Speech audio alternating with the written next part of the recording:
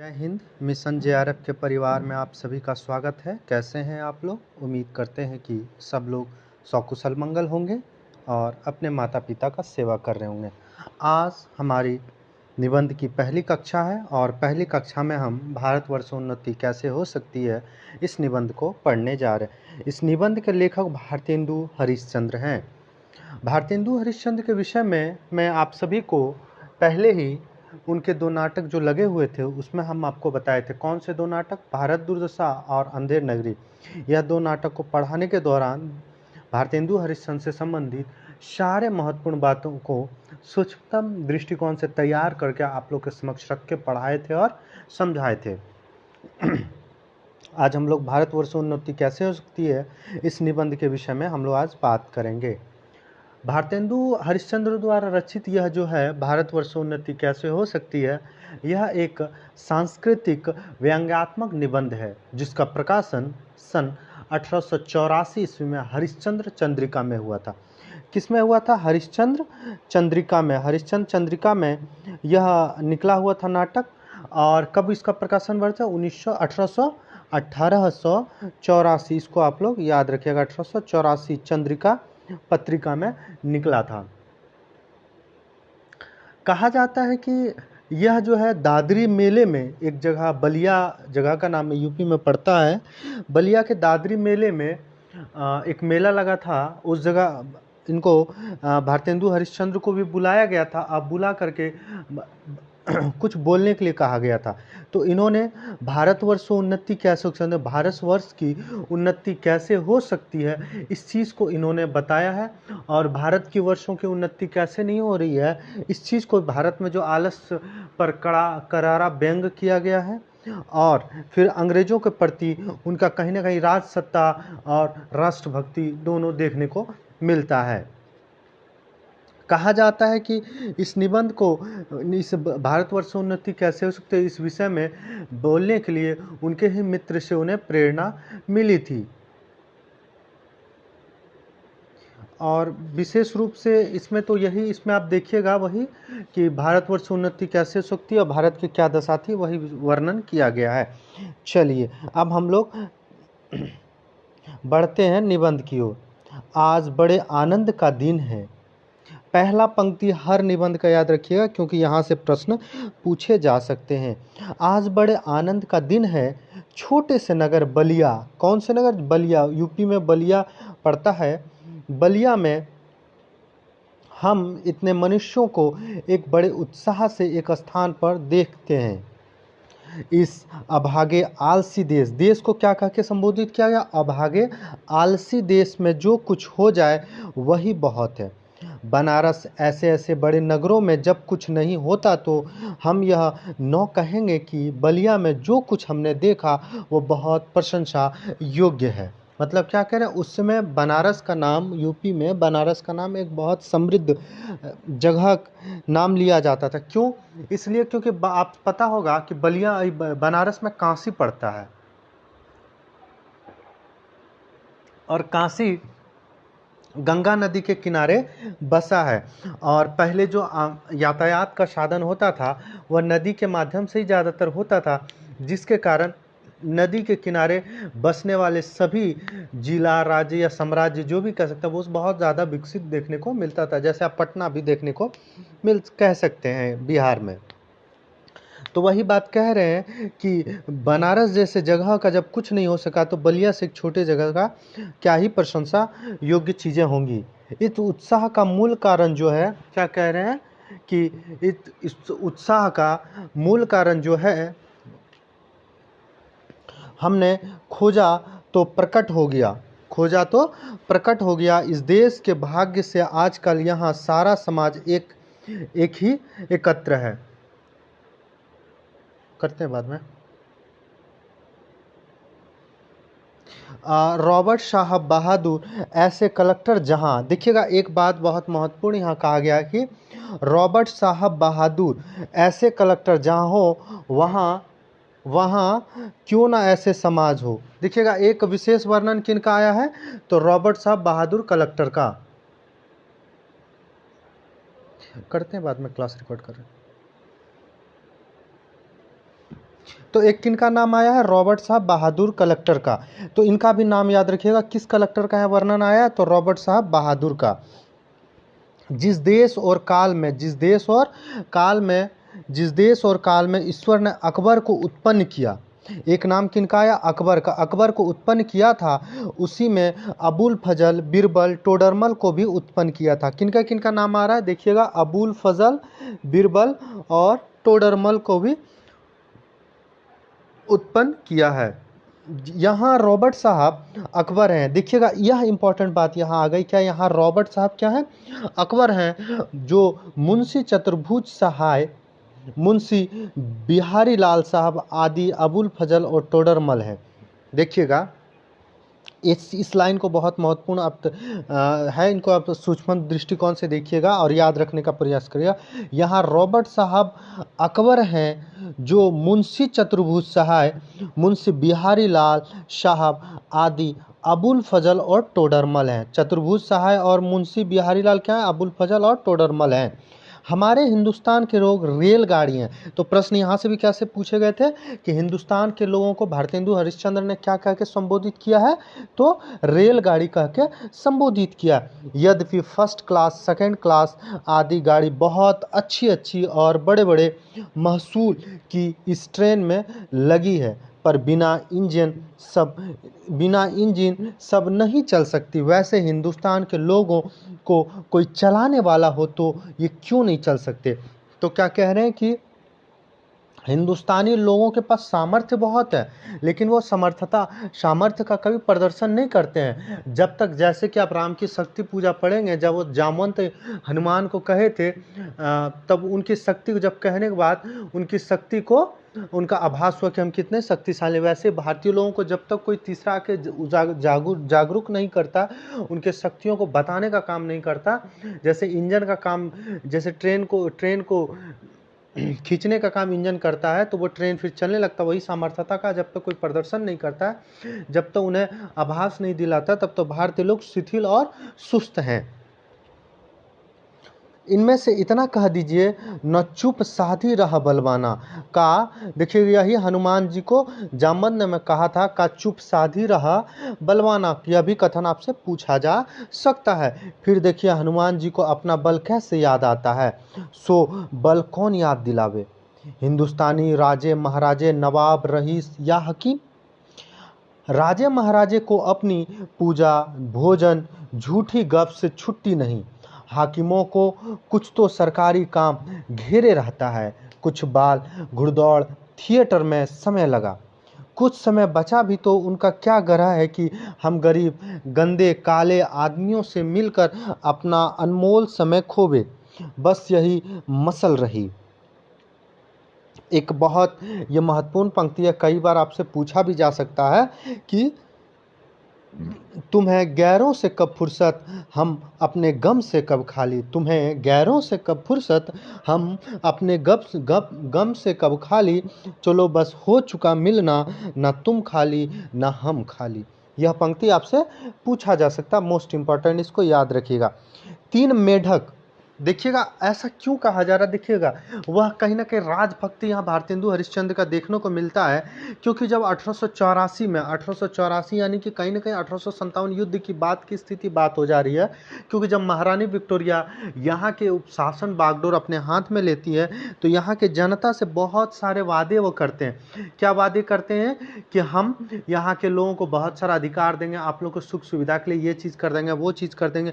तो उन सब चीज़ों से भारतेंदु हरिश्चंद्र बहुत प्रभावित होते हैं, इसलिए वह खुल करके कभी भी अंग्रेजों का विरोध भी नहीं करते हैं और खुल करके कभी समर्थन भी नहीं करते हैं। बीच बचाव का वो रास्ता निकालते हैं और कहीं ना कहीं वह अंग्रेजों का विरोध भी कर रहे हैं और कहीं ना कहीं छुप छुप के उनका तारीफ भी कर रहे हैं। और भारत के आलसियों का, भारत में जो शक्ति है उसको यह प्रदर्शित करने का प्रयास कर रहे हैं। भारत में जितने आबादी था, अगर वो चाह लेते तो अंग्रेजों को एक दिन में खदेड़ देते, लेकिन वह ऐसा नहीं कर पाए थे, क्योंकि उनकी मानसिकता, उनकी सोच में बहुत डेवलप नहीं था। उनके अंदर आलस चूर चूर के कूट कूट के भरा हुआ था। तीन मेढक एक के ऊपर एक बैठे थे। ऊपर वाले ने कहा जोक सोक, बीच वाला बोला गमसम और सबसे नीच वाला बोला गए हम। देखिएगा प्रश्न आपसे भी यहाँ से भी बन सकते हैं कि पहला मेढक ने क्या कहा, जौक शौक, बीच वाला मेढक ने क्या कहा, गमसम, और अंतिम मेढक जो तीसरा था वो क्या कहे, गए हम। सो हिंदुस्तानी की प्रजा की दशा यही है, गए हम। पहले भी जब आर्य लोग हिंदुस्तान में आकर बसे थे, राजा और ब्राह्मणों के जिम्मे यह काम था कि देश में नाना प्रकार की विद्या और नीति फैलावे, और अभी ये भी लोग चाहे तो हिंदुस्तान प्रतिदिन का प्रतिक्षण बढ़े। देखिएगा एक चीज़ बहुत बड़ा बात कहा गया है, क्योंकि कहीं ना कहीं वर्ण व्यवस्था का यहाँ जिक्र किया गया। कैसे, राजा और ब्राह्मणों के जिम्मे, क्योंकि हमारे यहाँ हिंदू धर्म में जो 4 व्यवस्था थी, ब्राह्मण, क्षत्रिय, वैश्य और शूद्र, तो ब्राह्मण का काम था शिक्षा का प्रसार करना। तो वही चीज़ का राजा और ब्राह्मणों के जिम्मे यह काम था कि देश में नाना प्रकार की विद्या नीति फैलावे, और अब भी ये लोग चाहे तो हिंदुस्तान प्रतिदिन क्या, प्रतिक्षण बढ़े। पर इन्हीं लोगों के निकम्मेपन ने घेर रखा। क्या कह रहे हैं, पर इन्हीं लोगों को निकम्मेपन ने घेर रखा है। एक दोहा कहा गया, बोद्धारो मत्स्य ग्रस्तः प्रवाह समर दूषितः। हम नहीं समझते कि इनको, यह भी कथन याद रखें, यह भी प्रश्न आपसे पूछा जाए किस निबंध में आया, क्योंकि एनटीए अभी कुछ भी पूछ सकता है। हम नहीं समझते कि इनको लाज भी क्यों नहीं आती कि उस समय जबकि इनके पुरखों के पास कोई भी सामान नहीं था, तब उन लोगों ने जंगल के पत्तों और मिट्टी की कुटिया में बैठकर बांस की नालियों से जो तारा ग्रह आदि वेद कर उनकी गति लिखी है, वह ऐसे ठीक है कि 16 लाख रुपए लागत से एक विलायती में जो दूरबीन बनी है, उनसे उन ग्रहों को वेद करने में भी ठीक वही गति आती है। जब आज इस काल में हम लोगों को अंग्रेजी विद्या के और जनता के उन्नति में लाखों पुस्तकों, हजारों यंत्र तैयार हैं, जब हम लोग निरीचुंगी की कतवार फेंकने की गाड़ी बन गए हैं। देखिएगा एक चीज़ बहुत अच्छा यहाँ जिक्र किया है, आप इस कहीं ना कहीं हमें ऐतिहासिक चीज़ों से हमें जोड़ने का प्रयास किया गया। कहा गया है कि अब जैसे लोग आज ना मंगल ग्रह जा रहे हैं, कहा जाता है कि पहले वेदों में मंगल ग्रह का जिक्र हो चुका था। आज हम लोग जिस हवाई जहाज़ को उड़ा रहे हैं, यहाँ ब्रदर्स नाम के एक किसी व्यक्ति ने हवाई जहाज़ का आविष्कार किया था, जबकि भारत में बहुत पहले शिवकर बापूजी तलपड़े ने हवाई जहाज बनाने का प्रयास कर चुका था। तो ये चीज़ें आपको समझना पड़ेगा कि किस प्रकार भारत में पहले ही बिना नक्षत्रों की गति, अभी जैसे को लोग आप देखिएगा कहीं दिखाने जाता है तो नक्षत्र की गति, फलना नक्षत्र में इनका जन्म। नक्षत्र क्या होता है, ग्रहों के आसपास जो क्षुद्र घूर रहे थे उसे नक्षत्र का, उसकी गति को नाप लिए थे पहले ही ये लोग। यहाँ साल कैलेंडर वगैरह जो अब ना बन रहा, पहले ही यहाँ सब कुछ हो चुका था। तो कहीं ना कहीं कह रहे हैं पहले यहाँ लाखों रुपए के 16 लाख लगा के, यहाँ दूरबीन लगा के यहाँ मंगल ग्रह और ध्रुव तारा को देखा जा रहा है। लेकिन इनसे पहले हमारे यहाँ की विद्या ऋषि मुनियों के द्वारा इतनी विकसित हो गई थी कि यहाँ वह सब चीज़ों का ऋग्वेदों वगैरह में जिक्र आपको देखने को मिलता है। अब हमें बाइस्कोप वगैरह, या तो फिर आप देखेंगे डॉक्टर इलाज करते हैं तो धड़कन की आवाज़ सुनते हैं। पहले लोग क्या करते हैं, नाड़ी यानी ब्लड सर्कुलेशन से आपके धड़कन की आवाज़ सुनकर बता देते थे इनको कौन सा बीमारी हुआ। हमारा देश पहले इतना विकसित था, इसलिए हमारे यहाँ को विश्व गुरु और सोने का चिड़िया कहा जाता है। वही चीज़ कहा जा रहा है कि जब भारत को विश्व गुरु और सोने का चिड़िया कहा जाता था एक समय में, लेकिन आज भारतीय लोगों को क्या हो गया है। यह समय ऐसा है कि उन्नति की मानो घुड़दौड़ हो रही है। अमेरिका, अंग्रेज, फ्रांसीसी आदि, तुर्की, ताजी सब सरपट दौड़ जाते हैं। क्या कह रहे हैं कि बाकी यूरोप के देश तो अपने विकास करने के लिए, अपने देश को उजागर करने के लिए वो लोग घुड़दौड़ में यानी दौड़ में लगे हैं, रेस में लगे हैं। अब भारत क्या सोया हुआ है। सबके जी में यही है कि पाला हामी पहले छू लें। कहते हैं कि पहला हामी हम ही छू लें। उस समय हिंदू की टिकियावाड़ी खाली खड़े खड़े टाप से मिट्टी खोदते हैं। इनको औरों को जाने दीजिए, जापानी टट्टुओं को हाँपते हुए दौड़ते देखकर भी लाज नहीं आती। यह समय ऐसा है कि जो पीछे रह जाएगा फिर कोटि उपाय किए भी आगे न बढ़ सकेगा। देखिएगा कहीं ना कहीं 1914 में विश्व युद्ध में पूरा भारत एक दूसरे के समर्थन में खड़ा हो गया था। यह विश्व युद्ध की पहले की स्थिति है कि हमारे देश में कहीं ना कहीं विश्व युद्ध की तैयारी चल रही होगी, कहीं ना कहीं छोटा मोटा युद्ध, कहीं ना कहीं वैसी घटना, क्योंकि कोई भी चीज़ एक दिन में प्रवृत्तियाँ बदल नहीं जाती है, तो कहीं ना कहीं सब लोग अपने आप को विकास करने के चक्कर में एक दूसरे के रेस में लगे हुए थे। लूट की बरसात में भी जिसके सर पर कमबख्ती का छाता है और आंखों में मूर्खता की पट्टी बंधी रहे, उन पर ईश्वर का कोप ही कहना चाहिए। उनको क्या, ईश्वर का कोप ही कहना चाहिए। मुझको मेरे मित्रों ने कहा था कि तुम इस विषय पर आज कुछ कहो कि हिंदुस्तान की कैसे उन्नति हो सकती है। मोस्ट इम्पॉर्टेंट यह पंक्ति है, क्या कह रहे हैं कि मुझको मेरे मित्रों ने कहा था, तो भारतवर्ष उन्नति कैसे हो सकती है, इस विषय पे बात करने के लिए भारतेंदु हरिश्चंद्र को किसने इनको सजेस्ट किया था, किन्होंने इनको बताया था, तो इनके मित्रों ने बताया था। एक मिनट,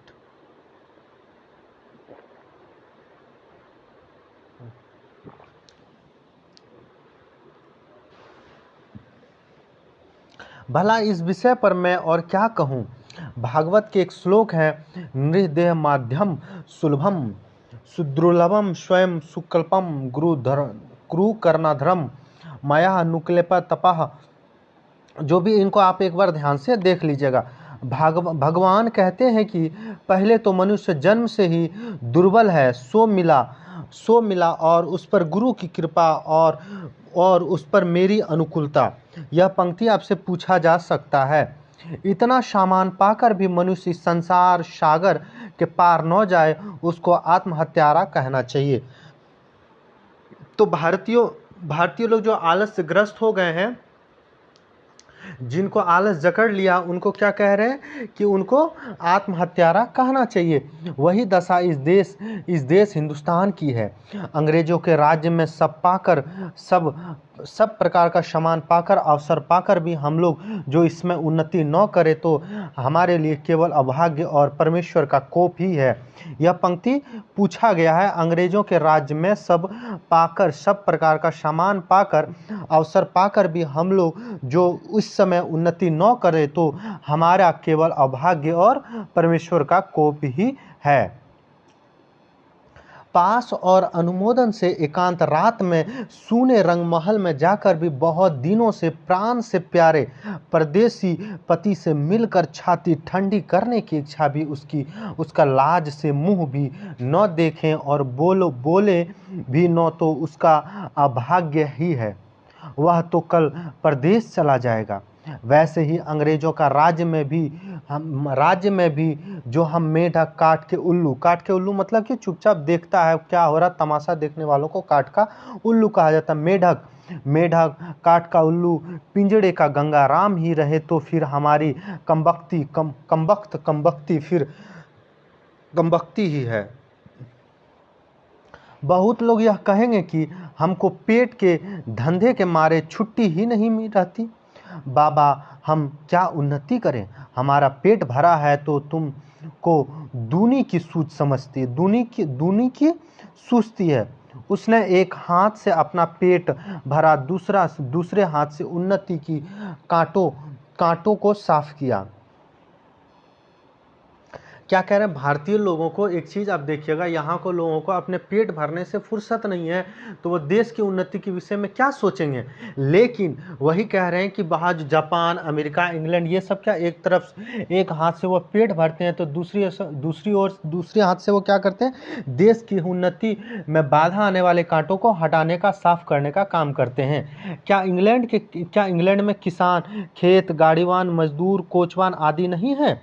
किसी देश में भी सभी पेट भरे हुए नहीं होते, किंतु वे लोग जहां खेत जोतते बाते हैं, वहीं उसका साथ यह भी सोचते हैं कि ऐसी कौन नई कल वो मसाला बनावे जिससे खेत में आगे से 2 गुना अनाज उपजे। यहाँ से भी प्रश्न पूछे जा सकते हैं वे लोग जहाँ खेत जोतते बाते हैं, वहीं उसका साथ यह सोचना है कि ऐसी कौन नई कल व मसाला बनावे जिससे खेत में आगे की अनाज दोगुना उपजे। विलायत में गाड़ी के कोचमान भी अखबार पढ़ते हैं। जब मालिक उतरकर किसी दोस्त के यहाँ गया, इसमें कोचमान ने गद्दी के नीचे से अखबार निकाल लिया। यहाँ उन्नति देर कोचमान हुक्का पिएगा या गप करेगा, सो गप भी निकम्मी। वहाँ के लोग गप में देश के प्रबंध छांटते हैं। सिद्धांत यह है कि वहाँ के लोगों का यह सिद्धांत है कि एक क्षण भी व्यर्थ न जाए। उसके बदले में यहाँ को लोगों को जितना निकम्मापन हो उतना ही बड़ा अमीर समझा जाता है। क्या कह रहे हैं, भारत में वहाँ जितना बड़ा लोग यहाँ भारत में निकम्मा होगा उतना ही उससे बड़ा आदमी अमीर आदमी समझा जाएगा। आलस्य यहाँ इतनी बढ़ गई है कि मलुकदास का एक दोहा ही बना डाला। आलस यहाँ इतनी बढ़ गई है कि मलुकदास ने एक दोहा ही बना डाला। अजगर करे ना चाकरी, पंछी करे ना काम, दास मल्लू कही गए सबके दाता राम। चारों ओर आंख उठाकर देखिए तो बिना काम करने वालों के ही चारों ओर बढ़ती है। क्या करें, आंख उठाकर देखिए तो बिना काम करने वालों की ही चारों ओर बढ़ती है। रोजगार कहीं कुछ भी नहीं है। अमीरों, मुसाहिबों, दलालों या अमीरों के नौजवान लड़कों को खराब करना या किसी की जमा मार लेना, इनके सिवा बतलाइए और कौन रोजगार है जिससे कुछ रुपए मिले। चारों ओर दरिद्रता की आग लगी हुई है। किसी ने बहुत ठीक कहा है, दरिद्र कुटुंबी इस तरह अपनी इज्जत को बचाता फिरता है जैसे लाजवंती बहू फटे कपड़ों में अपने अंग को छिपाए जाती है। वही देश हिंदुस्तान की है। क्या कह रहे, जिस प्रकार लाजवंती अपने फटे कपड़े से अपने शरीर, अपनी लज्जा को छिपाने का प्रयास कर रही है, उससे वही हालत क्या है हमारे हिंदुस्तान की।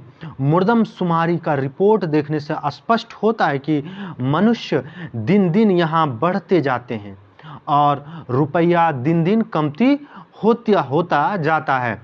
सो अब बिना ऐसे उपाय किए काम नहीं चलेगा कि रुपए भी बढ़े और वह रुपए बिना बुद्धि के न बढ़ेगा। भाइयों, राजा महाराजाओं का मुंह मत देखो। यह आशा रखो कि पंडित जी कथा में ऐसा उपाय बतलाएंगे कि देश का रुपया और बुद्धि बढ़े। तुम आप ही कमर कसो, आलस छोड़ो। कब तक अपने को जंगली, हूस, मूर्ख, बोंदे, डरपोक पुकरवाओगे। दौड़ो इस घुड़दौड़ में। क्या कह रहे हैं, दौड़ो इस घुड़दौड़ में। जो पीछे पड़े तो फिर कहीं ठिकाना नहीं है। फिर कब कब राम जनकपुर अहे। अब की जो पीछे पड़े तो फिर रसा तल ही पहुंचोगे। जब पृथ्वीराज को कैद करके मोहम्मद गोरी ले गए तो शहाबुद्दीन के भाई गयासुद्दीन से किसी ने कहा कि वह शब्दवेदी भान बहुत अच्छा मारता है। एक दिन सभी नियत हुआ और 7 लोहे के ताबे बांध से फोड़ने को रखे गए। क्या कह रहे हैं कि एक दिन नियत यानी फिक्स हुई कि 7 लोहे के ताबे बांध से फोड़ने को रखे गए। पृथ्वीराज को लोगों ने पहले से ही अंधा कर दिया था। संकेत यह हुआ कि जब गयासुद्दीन हूँ करे तब ताबे पर बाण मारे। चंद कवि भी उसके साथ कैदी था। चंद कौन, जो वह पृथ्वीराज चौहान के राज दरबार कवि थे। कौन, तो वह चंद्रवर्त दाई थे। वो चंद भी उसके साथ कैदी था। यह सामान देखकर उसने दोहा पड़ा, अब की चढ़ी कमान तो जानो फिर कब चढ़े, जिन चुके चहुआ आज इक्के मारो इक्का सर। मतलब कह रहे हैं कि वह कितने 21 हाथ 22 गज 3 बांस ऐसे करके कुछ दूरियां बताया जाता है और किस दिशा में वह बताया जाता है, और कहता है कि अब की बार बांध चढ़े तो फिर पता नहीं फिर कब चढ़ेगा, और ऐसा मारो जो फिर चुके ना चौहान। उसका संकेत समझकर गयासुद्दीन ने हूं किया तो पृथ्वीराज ने उसकी ओर बाण मार दिया। यही बात अब है। अब की चढ़ी इस समय मैं सरकार का राज्य पाकर की उन्नति इतना सामान पाकर भी तुम लोग अपने को न सुधारो तो तुम ही रहो। और वह सुधारना भी ऐसा होना चाहिए कि सब बातों की उन्नति हो। धर्म में, घर में, बाहर के काम में, रोजगार में, शिष्टाचार में, चाल चलन में, शरीर में, बल में, समाज में, युवा में, वृद्ध में, स्त्री में, पुरुष में, अमीर में, गरीब में, भारतवर्ष, सब अवस्था, सब जाति, सब देश उन्नति करो। क्या कह रहे हैं? सर्व उन्नति, यानी कि सभी को, किसी भी जाति के लोग, किसी धर्म के लोग हो, किसी बिरादरी, किसी समाज का, किसी वर्ग का हो, गरीब हो चाहे अमीर हो, बूढ़ा हो, जवान हो, बच्चा हो, सभी को उन्नति करने की बात कौन करता है? तो भारतेंदु हरिश्चंद्र बात करते हैं। जब ऐसी बातों को छोड़ो, जब सब ऐसी बातों को छोड़ो जो तुम्हारे इस पंथ के कंटक हो, चाहे तुम्हें लोग निकम्मा कहे या नंगा कहे, क्रिस्तान कहे या भ्रष्ट कहे, तुम केवल अपने देश की दीन दशा को देखो या उनकी बात मत सुनो, अपमान पुरस्कृत्य माना कृतित्व तू पृष्ठतः स्वर्गाय साध्यता धीमान कार्यध्वंसो सी मूर्खता। जो लोग अपने को देश हितैषी मानते हो वह अपने सुख को होम करके, अपने धन और मान को बलिदान करके कमर कस के उठो। देखा देखी थोड़े दिन में सब हो जाएगा। अपनी खराबियों के मूल कारणों को खोजो। कोई धर्म की आड़ में, कोई सुख की आड़ में छिपे हैं, उन चोरों को वहां से पकड़ कर लाओ, अपने को बांध कर कैद करो। हम इससे बढ़कर क्या कहें कि जैसे तुम्हारे घर में कोई पुरुष व्यभिचार करने आवे तो जिस क्रोध में उसको पकड़कर मारोगे और जहाँ तक तुम्हारे में शक्ति होगी उसका सत्यानाश करोगे, उसी तरह इस समय जो बातें तुम्हारे उन्नति के पथ पर कांटा हो उसकी जड़ें खोद कर फेंक दो। कुछ मत डरो, जब तक 100-200 मनुष्य बदनाम न होंगे, जात से बाहर न निकाले जाएंगे, दरिद्र न हो जाएंगे, कैद न होंगे, वरन जान से न मारे जाएंगे, तब तक कोई देश की दशा न सुधरेगी।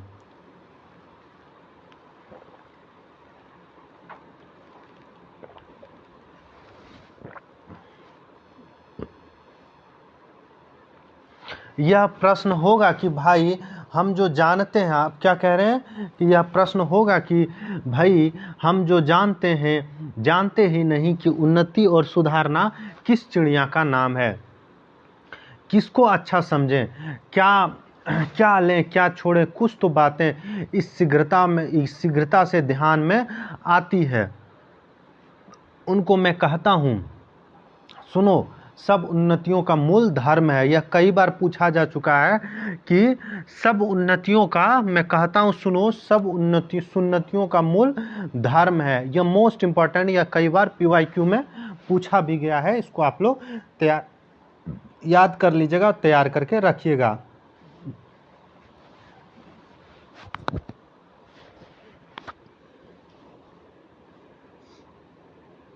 इससे सबसे पहले धर्म की ही उन्नति करनी उचित है। तो सबसे पहले उन्नति किसके करने की बात करते हैं? भारतेंदु हरिश्चंद्र से। मोस्ट इंपॉर्टेंट यह पंक्ति है, इसको याद रखिएगा। धर्म की उन्नति करने की बात करती है। देखो, अंग्रेजों की धर्म नीति राजनीति परस्पर मिली है, इससे उनकी दिन दिन कैसी उन्नति हुई है उनको जाने दो। अपने ही यहाँ देखो, तुम्हारे धर्म की आड़ में नाना प्रकार की नीति, समाज गठन, वेधक आदि भरे हुए हैं। एक मिसाल सुनो, तुम्हारा बलिया के मेला का यही स्थान क्यों चुना गया, जिसमें जो लोग कभी आपस में नहीं मिलते, 10-10, 5-5 कोस से लोग एक जगह एकत्र होकर आपस में मिले, एक दूसरे का दुख सुख जाने, गृहस्थी के काम की वह चीज़ें जो गांव में नहीं मिलती यहाँ से ले जाएं। एकादशी का व्रत क्यों रखा है, जिसमें महीनों में 1-2 उपवास से शरीर शुद्ध हो जाए। गंगा जी नहाने जाते हैं तो पहले पानी सिर पर चढ़ाकर तब पैर पर डालने का विधान क्यों है? इससे तुलाए की गर्मी सिर पर चढ़कर विकार न उत्पन्न करे। देखिएगा, जो भी चीज़ें हमारे धर्म में जोड़ा गया सभी वैज्ञानिक दृष्टिकोण से सही होते हैं और वो सब चीज़ें वैज्ञानिक दृष्टिकोण से ही तैयार किए गए हैं। ऋषि मुनि का देखिएगा, ऋषि मुनियों का सोच वैज्ञानिक दृष्टिकोण कितना तीक्ष्ण और भविष्य उन्मुख था, दिव्य दृष्टि था उसका। यहाँ आपको हम लोग पहले पानी को सर पे क्यों लेते हैं? क्योंकि हमारा तरुण जो गर्मी होता है वो पहले शीतलता हो जाए, जिससे हमारे शरीर में विकार उत्पन्न ना हो। हम लोग उपवास क्यों रखते हैं? कहते हैं आज संहिता है, आज उपवास है, आज छेद है। क्यों ऐसा कहते हैं? जिस दिन हम उपवास रखते हैं हमारे शरीर के बहुत सारे वसाएं मरती है, हमारे शरीर में पेट में जो भी गंदगी होती है वो साफ़ हो जाता है, जो पचा नहीं रहता वो अच्छे से पच जाता है। वो सब चीज़ का एक ना कहीं साइंटिफिक रीज़न है। दिवाली इसी हेतु है कि इसी बहाने साल भर में एक बार तो सफाई हो जाए। दीपावली क्यों मनाया था? ताकि इसी बहाने साल भर में एक बार सफाई हो जाए। होली हेतु इसी को बसंत की बिगड़ी हवा स्थान पर अग्नि जलाकर स्वच्छ हो जाए। यही त्यौहार ही हमारी म्युनिसिपैलिटी है। क्या कह रहे हैं? यही त्यौहार यानी यही त्यौहार हमारे लिए क्या है? म्युनिसिपैलिटी है। ऐसे ही सब पर्व, सब तीर्थ व्रत आदि कोई हिकमत है। उन लोगों ने धर्म नीति और समाज नीति को दूध पानी की भांति मिला दिया है। खराबी जो बीच में हुई वह उन लोगों ने धर्म क्यों मानने लिखे थे, इसका लोगों ने मतलब नहीं समझा और इस बात को वास्तविक धर्म मान लिया। भाइयों, वास्तविक धर्म तो केवल परमेश्वर के चरण कमलों का भजन है। देखिएगा, यहाँ से प्रश्न पूछा गया, वास्तविक, या लाइन मोस्ट इंपॉर्टेंट है, वास्तविक धर्म तो केवल परमेश्वर के चरण कमल का भजन है। ये सब तो समाज का धर्म है जो देश काल के अनुसार शोध और बदले जा सकते हैं। दूसरी खराबी यह हुई कि उन्हीं महात्मा बुद्धिमान ऋषियों के वंश के लोगों ने अपने बाप दादाओं का मतलब न समझकर बहुत से नए नए धर्म बनाकर शास्त्रों में धर दिए। बस सभी तीर्थ व्रत और सभी स्थान तीर्थ हो गए। सो इन बातों को अब एक बार आँख खोल कर देख कर और समझ लीजिए कि फलानी बात उन बुद्धिमान ऋषियों ने क्यों बनाई और उसमें देश और काल के अनुकूल और उपकारी हो उसका ग्रहण कीजिए। बहुत सी बातें जो समाज के विरुद्ध मानी जाती है किंतु धर्मशास्त्रों में जिनका विधान है उनको मत चलाइए। जैसे जहाज का सफ़र, विधवा विवाह इत्यादि। देखिए, कहीं ना कहीं जहाज से समुद्र का सफ़र करना यहाँ के लोग धर्म के विरुद्ध समझते थे। विधवा विवाह के विरुद्ध यहाँ लोग विधवाओं को विवाह नहीं करने दिया था, या हमारे हिंदू धर्म के रीति रिवाज के विरुद्ध था। तो वही चीज़ कहा जा रहा है कि जहाज का सफ़र और विधवा विवाह इत्यादि। लड़कों का छोटापन में ही शादी करके उनका बल बीरज आयुष्य सब मत घटाइए। यानी कि पहले क्या होता था, बाल विवाह, कहीं ना कहीं बाल विवाह का इसमें विरोध किया गया है। अपने आप उनके माँ बाप हैं या शत्रु, वीर्य उनके शरीर की पुष्टि होने दीजिए। नौन तेल लकड़ी की फिक्र करने की बुद्धि सीख लेने दीजिए, तब उनका पैर काठ में डालिए। कुलीन प्रथा देखिए किस किस प्रथा का विरोध किया गया। कुलीन प्रथा, बहु विवाह इत्यादि को दूर कीजिए। यानी कि पहले क्या था कि एक पुरुष कई विवाह कर सकते हैं, उसका कहीं ना कहीं विरोध किया गया है। लड़कियों को भी पढ़ाइए किंतु इस चाल में पढ़ाइए आजकल पढ़ाई जाती है, इससे उपकार के बदले बुराई होती है। ऐसे चाल में उनको शिक्षा दीजिए कि वह अपने देश के कुल धर्म सीखे, पति की भक्ति करे और लड़कों को सहज में शिक्षा दें। देखिएगा, यह पंक्ति जो भी है इसको आप अच्छे से पढ़ लीजिएगा, ये मोस्ट इम्पॉर्टेंट यहाँ तक है, क्योंकि यहाँ से प्रश्न कई बार घुमा फिरा के पूछा जा चुका है। वैष्णव शास्त्र इत्यादि नाना प्रकार के लोग आपस में बैर छेड़ दें, यह समय इन झगड़ों का नहीं है। हिंदू जैन मुसलमान सब आपस में मिलिए। जाति में कोई चाहे ऊंचे हो नीचा हो, सबका आदर कीजिए। देखिएगा, कहीं ना कहीं जाति का विरोध किया गया है, अब बाह्य आडंबर को दूर करने का प्रयास किया गया है और एकता की बात किया गया है, जाति मुक्त की बात किया गया है। जो जिस योग्य हो उसे वैसा मानिए। यही चीज़ वर्ण व्यवस्था में क्या कहा गया कि कोई ब्राह्मण है तो वो शिक्षा का ही काम कर सकता है, अगर कोई क्षत्रिय है तो वो सिर्फ युद्ध लड़ सकता है। उसी का यहाँ कहीं ना कहीं उस व्यवस्था को तोड़ा है। और जो जिस योग्य है, जैसे कि आप में अगर योग्यता, आप यूपीएससी निकाल सकते हैं तो डीएम बन जाएंगे, अगर आप नहीं निकाल पाए तो आप काम करेंगे। अगर आप किसी भी जाति को हो, अगर आप अच्छा शिक्षक बन गए, आप निम्न जाति के तो आप शिक्षक हो गए, आपकी योग्यता के अनुसार आपको पोस्ट मिल गया। इसमें जाति मैटर नहीं करता। वही चीज़ यहाँ दिखाएगा। छोटी जाति लोगों का तिरस्कार करके उसका जी मत तोड़िए, सब लोग आपस में मिलिए। मुसलमान भाइयों को भी उचित है कि इस हिंदुस्तान में सब बस कर वे लोग हिंदुओं को नीचा समझना छोड़ दें, ठीक भाइयों की भांति हिंदुओं से बर्ताव करें। ऐसी बात जो हिंदुस्तान का जी दुखाने वाली हो न करें। घर में आग लगे सब जिठानी धौरानी को आपस का डाह छोड़कर एक साथ आग बुझानी चाहिए। जो बात हिंदुओं का नहीं मैसर है, वह धर्म के प्रभाव से मुसलमानों को सहज प्राप्त है। उनकी जाति नहीं, खाने पाने में चौका चूल्हा नहीं, विलायत जाने में रोक टोक नहीं। फिर भी बड़े ही सोच की बात है कि मुसलमानों ने भी अभी तक अपनी दशा कुछ नहीं सुधारी। अभी तक बहुतों को यह ज्ञात है कि दिल्ली लखनऊ बादशाह कायम है। यारों वे दिन गए, अब आलम हट धर्मी सब छोड़ो, चलो हिंदुओं के साथ तुम भी दौड़ो, हिंदुओं के साथ तुम भी दौड़ो, एक एक दो होंगे, पुरानी बातें दूर करो। मीर हसन और इंदर सभा, एक देखिएगा यहाँ बात किया गया, मीर हसन और इंदर सभा पढ़ाकर छोटेपन से ही लड़कों का सत्यानाश मत करो। होश संभाला नहीं कि पढ़ी पारसी चुस्त कपड़ा पहनना और गजल गुनगुनाना। शौक तिल्फी से सुन गुल की जो दीदार का था, न किया हमने गुलस्तियाँ का सबका याद कभी। भला सोचो कि इस हाल में बड़े होने पर वे लड़के क्यों न बिगड़ें। अपने लड़कों के ऐसी किताबें छूने मत दें, अच्छी से अच्छी उनको तालीम दो। पेंशन और वजीफे की नौकरी के भरोसे छोड़ो। क्या कह रहे हैं? पेंशन जो हम लोग को लास्ट में मिलता है, पेंशन नौकरी के अंत में टीए वगैरह जोड़ करके पेंशन, वजीफे मतलब बोनस या नौकरी का भरोसा छोड़ो। लड़कों को रोजगार सिखलाओ। जैसे कि नौकरी भारत में 2 से 3% लोग ही करते हैं, ज़्यादातर लोग क्या करते हैं? बिजनेस करते हैं। वही कहते हैं नौकरी सभी को सरकारी नौकरी नहीं हो सकती है। रोजगार सिखाओ, विलायत भेजो, छोटेपन से मेहनत करने का आदत दिलाओ। 100 महलों की लाड़ प्यार दुनिया से बेखबर की राह मत दिखलाओ। भाइयों, तुम भी मतांतरों की तरह आग्रह छोड़ो, आपस में प्रेम बढ़ाओ। इस महामंत्र का जप करो।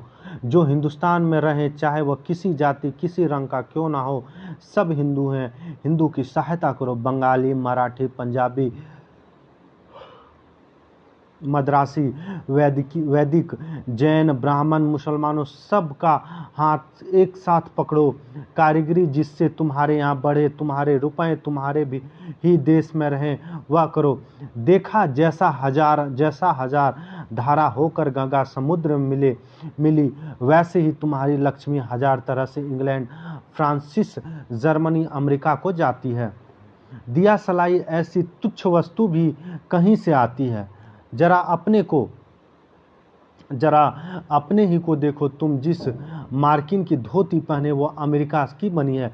तो मार्किन की धोती कहाँ बनी थी? अमेरिका की। मोस्ट इम्पॉर्टेंट, जिस लकलाट का तुम्हारा अंगा है वह इंग्लैंड का। अंगा कहाँ का है? मोस्ट इम्पॉर्टेंट, इंग्लैंड का। फ्रांसीसी की बनी कंघी तुम्हारे सिर झाड़ते हैं, वह जर्मनी की बनी है। मोस्ट इम्पॉर्टेंट, चर्बी की बत्ती तुम्हारे सामने जल रही है, यह तो मसल हुई। बेफिक्रे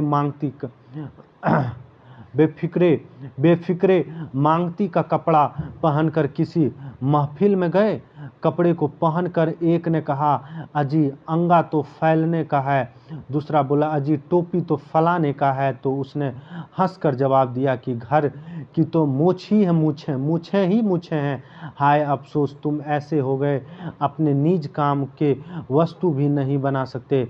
भाइयों, अब तो नींद से जागो, अपने देश की सब प्रकार की उन्नति करो, जिससे तुम्हारा भलाई हो। वैसी किताबें पढ़ो, वैसे ही खेल खेलो, वैसे ही बातचीत करो। परदेसी वस्तु, परदेसी भाषा के भरोसे मत रहो। अपने को, अपनी भाषा की उन्नति रखो। कहीं ना कहीं इन सब चीज़ों से एक बात खुल के आ रही है कि स्वदेशी आंदोलन का कहीं ना कहीं समर्थन किया गया है और विदेशी व्यापारों का कहीं ना कहीं बहिष्कार किया गया। जय हिंद। आज का क्लास यहीं समाप्त होता है। हम लोग फिर मिलेंगे अगली कक्षा में। तब तक अपने स्वास्थ्य का ध्यान रखिए। जो भी पढ़ाया जा रहा है उसे अच्छे से तैयार करिए।